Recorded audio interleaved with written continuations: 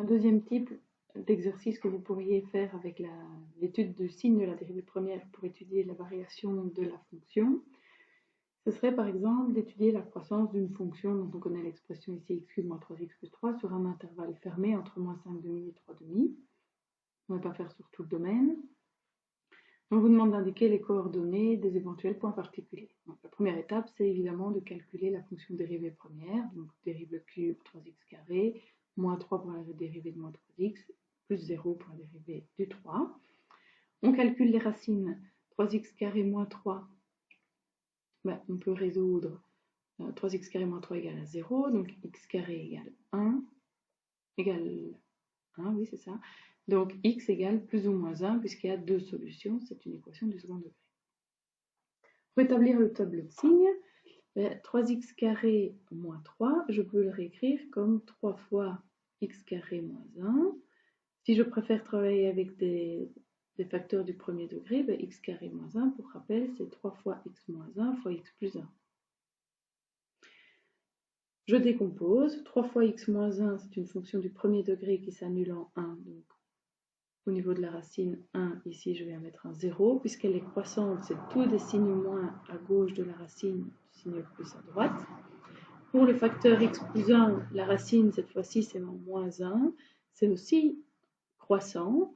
Et donc, des négatifs, des signes moins à gauche, des signes positifs plus à droite.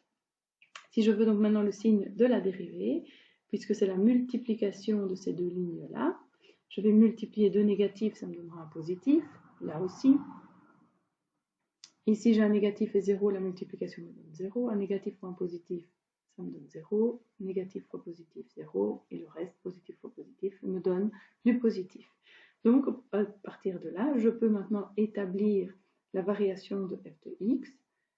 Je sais que là où j'ai du positif, a priori, c'est croissant. Quand le résultat est négatif, c'est décroissant, positif, croissant. Puisque c'est croissant et décroissant, ici, je sais que j'ai un maximum. Décroissant et plus croissant, je sais qu'entre les deux, ce sera d'office un minimum.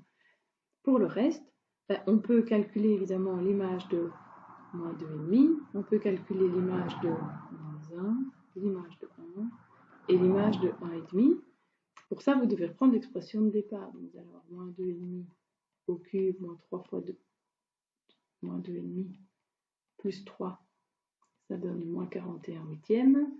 L'image de moins 1, vous allez avoir moins 1 au cube, moins 3 fois moins 1, plus 3, ce qui donne moins 1 plus 3, 2, 2 plus 3, 5. L'image de 1, même technique, vous allez arriver à 1, et l'image de 1,5, vous arriverez à 15 huitièmes.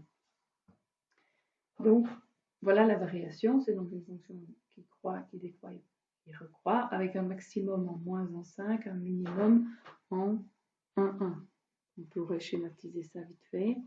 Un maximum en moins 1,5, un minimum en 1,1,